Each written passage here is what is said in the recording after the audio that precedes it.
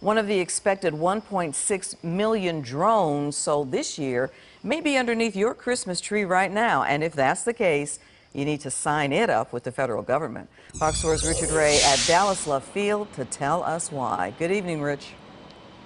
Hi, Clarice. You know, the FAA says it is now receiving more than 100 reports a month of drones coming too close to manned aircraft, despite regulations that they're supposed to stay below 400 feet and at least 5 miles away from airports.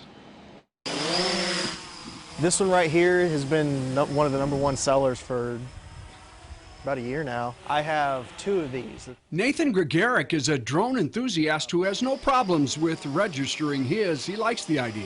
It's a good way to regulate, making sure people are using them responsibly. I've seen a lot of videos where people are flying them up over airports and whatnot. But others, like John Hinton, who owns a hobby shop in Richardson, thinks it's an overreaction to the misdeeds of a relative few. Those who don't care, like with anything, they're not going to care to register. They're not going to register it.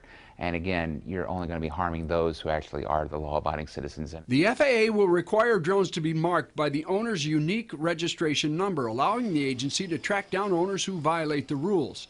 $5 fee, registration every 3 years, covering drones like these that weigh just over a half a pound and up. And that's why it's so absurd that you would even consider to have to register these. The United States government overreaching their bounds as they do in so many cases. There has to be some accountability for people. Professional photographer Rick Yates sees the need because he sees so many drone operators violating the 400-foot limit and the 5-mile no-fly zones around airports. It's being violated all the time, and with the registration, that will bring more accountability, and the FAA will have recourse. What everyone can agree upon is that drones are red hot this holiday season. But I'm buying all my clients little indoor drones, you know, more of a desk toy. For this Christmas and Hanukkah, they've been going like crazy. They're just extremely popular.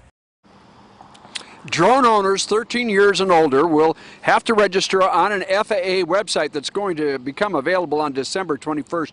Before they do any of those outdoor flights, the registration fee will be waived for the first 30 days until January 20th. And we should add, Clarice, that if the owner's under 13, the FAA expects the parents to register that drone.